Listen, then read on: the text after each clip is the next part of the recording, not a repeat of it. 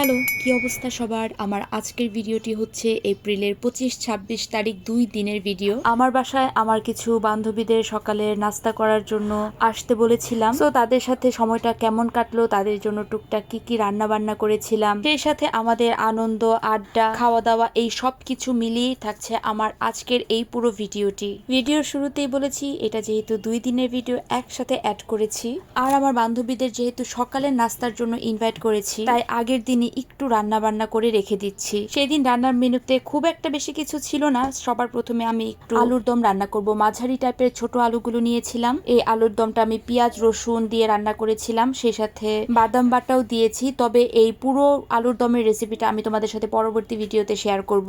আমি দুপুরের রান্না শেষে বিকালবেলা এই রান্নাগুলো টুকটাক করে রেখেছিলাম। তা না হলে সকালবেলা আমি একদম কোনো কিছু কুলিয়ে উঠতে পারবো না, কারণ তারা সকাল 8:30 থেকে 9টার মধ্যেই চলে আসবে। সেদিন একটু ওদের জন্য পুডিংও বানিয়েছিলাম বান্ধবীদের জন্য, সেই সাথে আমার বাচ্চাদের জন্য। পুডিং এমন একটা জিনিস যেটা কিনা ছোট থেকে বড় সবাই পছন্দ করে, আর পুডিং জিনিসটা কিন্তু একটু ঠান্ডা ঠান্ডা খেতেই ভালো লাগে। তাই ভাবলাম যে পুডিংটা বানিয়ে ফ্রিজে রেখে দেই। আর এই পুডিং এর রেসিপিটা কিন্তু আমি আমার পেজে তোমাদের সাথে শেয়ার করেছি। যারা আমার এই পুডিং এর রেসিপিটা চাও তারা কিন্তু অবশ্যই একবার আমার টাইমলাইনের থেকে ঘুরে আসতে পারো। বান্ধবীদের খাবারের জন্য ডেজার্ট হিসেবে ছিল পুডিং আর সেমাই। আর সেমাইটা আমার শাশুড়ি মা রান্না করেছে। মার হাতের সেমাই অসম্ভব মজার হয়, আর মাও বলেছিল আমি সেমাইটা রান্না করে দেব, আর আমি না করিনি, কারণ মার হাতের সেমাই খুবই ভালো লাগে। এই দেখো, কথা বলতে বলতে কিন্তু আমার পুডিংও হয়ে গিয়েছে, সেই সাথে আলুর দমও হয়ে গিয়েছে।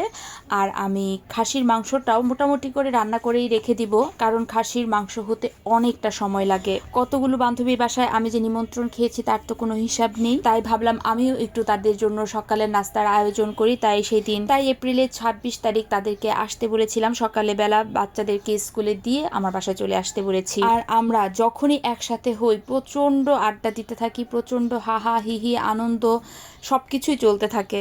আর এত সকালবেলা এত কিছু রান্না করা আসলে আমার পক্ষে সম্ভবও ছিল না, তাই আগের দিনই একটু রেডি করে রেখেছি।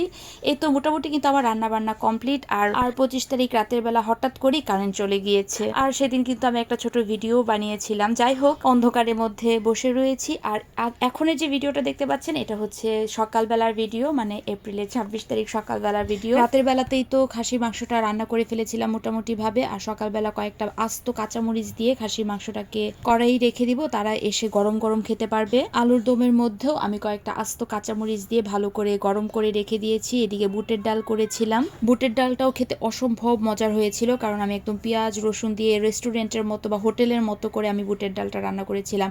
এই তো এদিকে আমি সবকিছু সুন্দর করে বের করে রেখেছি। এদিকে আলুর দম হয়ে গিয়েছে, পুডিং রান্না করেছিলাম, সেমাই রান্না করা হয়েছিল। আর এই যে দেখুন, সৃষ্টি পেছনে দাঁড়িয়ে রয়েছে। সকাল সকাল সে বাচ্চাকে স্কুলে দিয়ে চলে এসেছে যে দিদি তোমার কি হেল্প লাগবে আমাকে বলো, আমি একটু তোমার হাতে হাতে একটু সাহায্য করে দেই। এসেই মেয়েটা রান্নাঘরে ঢুকে পড়েছে লুচি করার জন্য। তাই আমি বললাম যে আচ্ছা তুমি লুচিগুলো ভাজো, আমি এখানে বেলে দেই, কারণ তখনও আমার কাজের মাসি আসেনি। আর আমি আমার কাজের মাসিকে 2 দিন আগে থেকেই বলে রেখেছিলাম। তারা তো এরকমই করে, তাদের সাথে তো কথা বললে লাভ নেই। সৃষ্টি তো অর্ধেকের বেশি লুচি ভেজে ফেলেছে। এবার বেচাকে পাঠিয়ে দিয়েছি যে যাও তুমি ঘরে যাও, সবাই চলে এসেছে।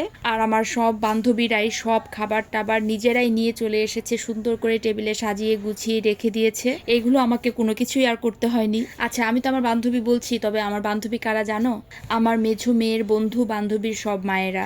তারা সাথে থাকলে খুব সুন্দর একটা সময় কাটাই আমি সবসময়ই। আমার সৃজা যখন ছোট ছিল তখন তার বান্ধবীর মায়েদের সাথেও আমি ঘুরে বেরিয়েছি। যাই হোক, এখন একটু খাওয়া দাওয়ার পালা, আড্ডা দেওয়ার পালা। খাওয়া দাওয়ার সময় খুব একটা ভিডিও ক্লিপ আর নেইনি, ছোট ছোট করে টুকটাক কিছু ভিডিও ক্লিপ রেখেছি। আর এই যে এখানে সবাই খাবার দাবার খেতে বসে পড়েছে। আমার বান্ধবীরা বারবার মানা করেছিল বাসায় এত কিছুর আয়োজন না করতে, কারণ আমি একা একা এত কিছু করতে পারবো কিনা সেটাই তারা ভাবছিল। কিন্তু আমি বলেছি যে না, বাসায় বসে খাওয়া দাওয়া করার আনন্দটাই অন্যরকম। একটু রিল্যাক্স হয়ে বসে খাওয়া দাওয়া করা যায়, আনন্দ করা যায়।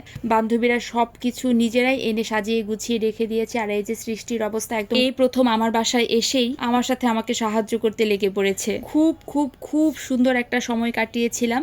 তবে ভিডিওটা আপলোড করতে অনেকটা দেরি হয়ে গেল, কারণ আমি ইদানিং ভিডিও এডিট করতে সময়ও কম পায় আর খুব একটা ইচ্ছাও করে না। চলুন আমরা সবাই একটু আস্তে ধীরে খাওয়া দাওয়া করি। আর এইখানে গরম গরম চা করে নিয়ে এসেছিলাম, একদম কড়া লিকার দিয়ে। চা ছাড়া আমাদের আড্ডা একদমই চলে না, চা হলো আমাদের আড্ডার মেইন উপকরণ। সবার খাওয়া দাওয়া শেষ। এখানে মৌ বলছিল বৌদি আমাকে একটা ভিডিও ক্লিপ নিয়ে দাও চায়ের কাপ হাতে। আর এদিকে সৃষ্টি তার ফোনে একটা ছোট করে ভিডিও ক্লিপ নিয়েছিল, সেটাই তোমাদের সাথে শেয়ার করলাম, একটা গ্রুপ ছবি তুলেছিলাম।